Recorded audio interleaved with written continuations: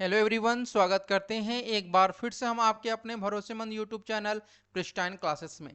जैसा आप सभी लोग यहाँ पे थंबनेल पर देख भी रहे हैं कि आज जो हम लोग डिस्कशन करने वाले हैं वह है दिल्ली के जितने भी आपके आईटीपी में इंक्लूडेड यूनिवर्सिटी हैं, कॉलेज हैं, उनके बारे में आज हम यहाँ पर चर्चा करेंगे। तो चलिए शुरू करते हैं बिना देरी के आज के अपने इस सेशन को। तो सबसे पहले आपको यहाँ पे हम जो बात करने वाले हैं इस वीडियो में वो बता दें क्या क्या हम बात करेंगे। तो यहाँ पे हम लोग सीट के बारे में बात करेंगे कि जितने भी यूनिवर्सिटी हैं या फिर आपके कॉलेज हैं उसमें कितनी सीट है, क्या फी स्ट्रक्चर है, हॉस्टल है या नहीं है, अगर हॉस्टल उस यूनिवर्सिटी या आपके कॉलेज में है तो वहाँ पे हॉस्टल की फीस क्या है, और कटअप आपका इस बार क्या रहने वाला है, उसके आधार पर आपको आज इस वीडियो में सारी चीज़ें बताई जाएंगी। तो काउंसलिंग आप लोग की जल्दी शुरू होने वाली है। काउंसलिंग से पहले आप लोग जिस भी स्टेट में रह रहे हैं उन सभी स्टेट के बारे में एक एक करके मैं आपको बता रहा हूँ। पहले मैं यूपी के बारे में बता चुका हूँ, अब दिल्ली के बारे में बता रहा हूँ। आप अगले वीडियो में कौन से स्टेट के बारे में जानना चाहते हैं वो भी आप लोग जरूर कॉमेंट करिएगा। तो यहाँ पे सबसे पहले आपको बता दें कि जो आपका दिल्ली में पहला है वह है आपका इग्नू है। ठीक है, इग्नू यहाँ पे पहला है जहाँ पे 3 प्रकार के कोर्स प्रोवाइड कराए जाते हैं। पहला है बीए बीएड, दूसरा है बीएससी बीएड और तीसरा है BCom BEd. BA BEd, BSc BEd, BCom BEd ये तीनों ही आपके सेकेंडरी लेवल के आपके कोर्स प्रोवाइड कराया जाता है और तीनों में ही 100 सीट आपकी प्रोवाइड कराई जाती है। ठीक है, सेकेंड जो आपका यूनिवर्सिटी है वह आपका doctor B R Ambedkar university. ठीक है, यहां पर आपको बता दें कि doctor B R Ambedkar university में भी 2 प्रकार के कोर्स हैं, आपका बीए बीएड और बीए बीएड। नहीं, बीए बीएड दोनों है, लेकिन पहला जो बीए बीएड है वह प्रिपरेटरी स्टेज का है और दूसरा जो बीए बीएड है वह सेकेंडरी स्टेज का है, और दोनों में 50-50 सीट्स यहाँ पे आपको डिवाइड की गई। तो एक बात ध्यान रखिएगा कि जो आपका डॉक्टर भीमराव अंबेडकर यूनिवर्सिटी है यहाँ पर 2 तरह का बीए बीएड चलता है, एक तो प्रिपरेटरी लेवल का और दूसरा आपका सेकेंडरी लेवल का। एक और क्वेश्चन आता है कि सर इग्नू में हमें डेली जाना है कि नहीं, तो बिल्कुल आपको डेली यहाँ पे क्लासेस करनी है। और ये आपकी क्लासेस कहाँ लगेगी इग्नू में, तो ये आपका जहाँ पे इग्नू का हेड ऑफिस है यानी हेड क्वार्टर है वहां पर ही आप लोग का जो क्लासेस है वो लगाया जाएगा। ठीक है, इसके बाद तीसरी जो यूनिवर्सिटी है वह आपकी है गुरु गोविंद सिंह इंद्रप्रस्थ यूनिवर्सिटी। ये आपकी स्टेट यूनिवर्सिटी है। ठीक है, क्या है आपका स्टेट, ये देखिए आपका ओपन यूनिवर्सिटी है। ठीक है, ओपन यूनिवर्सिटी है, ये आपका सेंट्रल यूनिवर्सिटी है और ये आपके यहाँ पर जो देख रहे हैं वो स्टेट यूनिवर्सिटी है। ठीक है, इसमें आपका एक ही कोर्स कराया जाता है बीए बीएड, जो कि आपका सेकेंडरी लेवल का होता है और इसमें भी 50 सीट्स आपकी अवेलेबल है। अब बात करते हैं जो हमारा फोर्थ नंबर पे आपका आता है वह है आपका Mata Sundari college for women. यहाँ पर आपको बीए बीएड कोर्स देखने को मिलता है 2 तरह का, एक तो मिडिल स्टेज का, दूसरा आपका सेकेंडरी लेवल का, और दोनों में 50-50 सीट्स आपके यहाँ पर अवेलेबल है। फिफ्थ नंबर पर जो आपका कॉलेज है वह आपका Shyama Prasad Mukherjee college for women. यहाँ पर भी आपको 2 प्रकार के कोर्स देखने को मिलते हैं, आपका बीए बीएड और यहाँ पर सॉरी एक ही प्रकार का कोर्स देखने को मिलता है बीए बीएड और भी सेकेंडरी लेवल का, और 50 सीट्स यहाँ पर भी अवेलेबल है। 6 नंबर पे है आपका Jesus and Mary college, Mary and Jesus college बोलिए या फिर जीजस एंड मैरी कॉलेज बोलिए। यहाँ पर एक प्रकार का कोर्स है आपका बीए बीएड जो कि सेकेंडरी लेवल का, और यहाँ पर 50 सीट्स अवेलेबल हैं। इसके बाद 7 नंबर पे आपका है main campus department of education DU का, जो कि मेन कैंपस है। अभी तक इसमें जितने भी देख रहे थे ये सभी डीयू के अफिलेटेड कॉलेज है। ठीक है, ये सभी क्या है आपके डीयू के अफिलेटेड कॉलेज आप यहाँ पर देख रहे हैं, चाहे वो Mata Sundari college for women हो या फिर आपका श्यामा प्रसाद मुखर्जी कॉलेज या फिर जीजस एंड मैरी कॉलेज हो। यहाँ पर ध्यान रखिएगा इन तीनों में ही, माता सुंदरी में, श्यामा प्रसाद मुखर्जी में और जीजस एंड मैरी कॉलेज, इनमें केवल केवल जो फीमेल कैंडिडेट है वही अप्लाई करिएगा, मेल कैंडिडेट के लिए नहीं है। लेकिन डिपार्टमेंट ऑफ एजुकेशन डीयू जो है वो मेल फीमेल दोनों के लिए है। ठीक है, डिपार्टमेंट ऑफ जो आपका एजुकेशन मेन कैंपस है मेल फीमेल दोनों के लिए। यहाँ पर बीए बीएड कोर्स अवेलेबल है सेकेंडरी लेवल का। कितनी सीट है आपकी, 50 सीट अवेलेबल है। तो ये आपके कॉलेज टोटल हैं जो कि आपके दिल्ली से बिलोंग करते हैं। ठीक है, कहाँ से, दिल्ली से बिलोंग करते हैं। अब बात करते हैं ये जो भी आपके कॉलेज, मैंने 7 कॉलेज बताया है या फिर यूनिवर्सिटी बताया है, इसमें कितना क्या एलिजिबिलिटी क्राइटेरिया होनी चाहिए। तो आप एटलीस्ट 12th पास होने चाहिए, ये जरूरी है आप लोग के लिए। अगर आप 12th पास नहीं है और अगर आप इस बार 12th का एग्जामिनेशन दिए हैं और कंपार्टमेंट लग गया है या फिर आप इंप्रूवमेंट का फॉर्म भरें तो भी आप इसके लिए एलिजिबल नहीं रहेंगे। आपको 12th पास होना जरूरी है। एक बात ध्यान रखिएगा, आपका 24 ईयर से एबव आपका एज नहीं होना चाहिए 1 जुलाई 2024 तक। मैक्सिमम 3 ईयर का गैप आप लोग के लिए वैलिड है। Central university sorry state university में, सेंट्रल यूनिवर्सिटी में आपको 2 ईयर का गैप ही मंजूर किया गया है। ठीक है, अब बात करते हैं सबसे पहले आपका इग्नू के बारे में। तो देखिए इग्नू में आपका कोई हॉस्टल अवेलेबल नहीं है, ये बात ध्यान रखिएगा।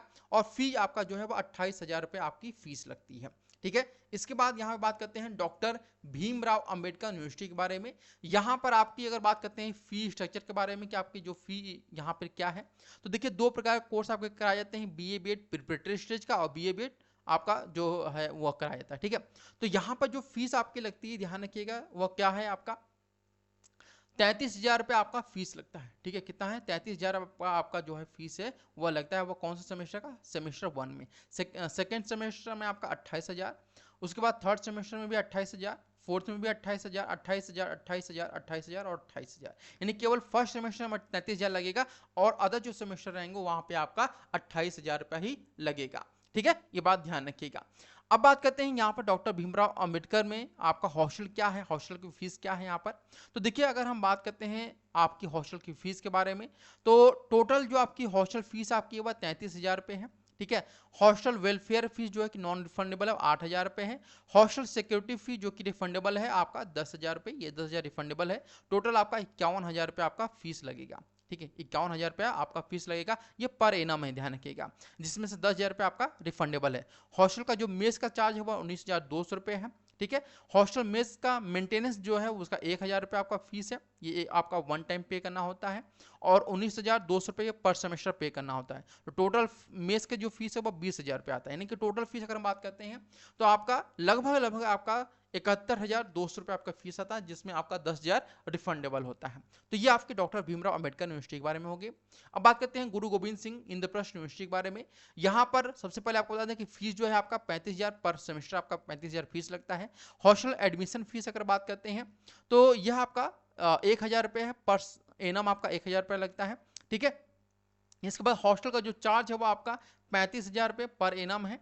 हॉस्टल का सिक्योरिटी जो है ये की फीस जो है आपका रिफंडेबल फीस आपका है, ये 5,000 है रिफंडेबल। मेस की जो फीस है वह आपका है only at the time of admission, और ये भी आपका रिफंडेबल यहाँ पे कहा गया है। ये आपका 5,000, यानी टोटल जो फीस आपका लगेगा वो 46,000 रुपये आपका फीस लगेगा, ठीक है। तो ये गुरु गोविंद सिंह इंद्रप्रस्थ यूनिवर्सिटी के बारे में है। अब बात करते हैं अगले यूनिवर्सिटी के बारे में यहाँ पर। तो ये आपकी सभी यूनिवर्सिटी के बारे में बता दिया। अब जो आगे आप देखेंगे, ये मैंने आपको इग्नू के बारे में बता दिया, डॉक्टर भीमराव अंबेडकर के बारे में बता दिया, गुरु गोविंद सिंह के बारे में बता दिया। आगे जो डीयू और डीयू से एफिलिएटेड कॉलेज उनकी फीस और आपका हॉस्टल फीस के बारे में मैंने ऑलरेडी एक अलग से वीडियो बनाया हुआ है, उसमें मैंने बताया हुआ है। उस वीडियो को आप लोग देख लीजिएगा, आपको समझ में आ जाएगा। उसका मैं वीडियो को एंड में आप लोग को देखने भी चले जाएगा, ठीक है। अब बात करते हैं कि इसके में कटअप आप लोग का क्या जाने वाला है। देखिए अगर हम बात करते हैं आपके कटअप के बारे में, तो इग्नू की अगर बात करते हैं आपका बीए बीएड सेकेंडरी लेवल का यहाँ पर, तो इसमें जो कटअप है वो आपका कम से कम आपका यहाँ अगर बात करते हैं इग्नू का तो 260 प्लस आपका यहाँ पर जाने वाला है। बीएससी बीएड की अगर बात करते हैं तो आपका 240 प्लस रहने वाला है। बीकॉम बीएड में अगर बात करते हैं तो 250 प्लस आपका रहने वाला है। ये जनरल कैटेगरी के अकॉर्डिंग है, इसमें आप लोग अपने जो आपका कैटेगरी उसके अकॉर्डिंग 5-10 नंबर आप कम करते हुए चले जाइएगा, ठीक है। इसके बाद डॉक्टर भीमराव अंबेडकर यूनिवर्सिटी के बारे में बात करते हैं, तो बीए प्रिपरेटरी लेवल में आपका जो कंपटीशन है वो बहुत कम रहता है। तो यहाँ पे हम मान के चल सकते हैं कि जो टोटल आपके कटअप जो जाने वाला है वह आपका लगभग आपका 250 प्लस ही रहने वाला है।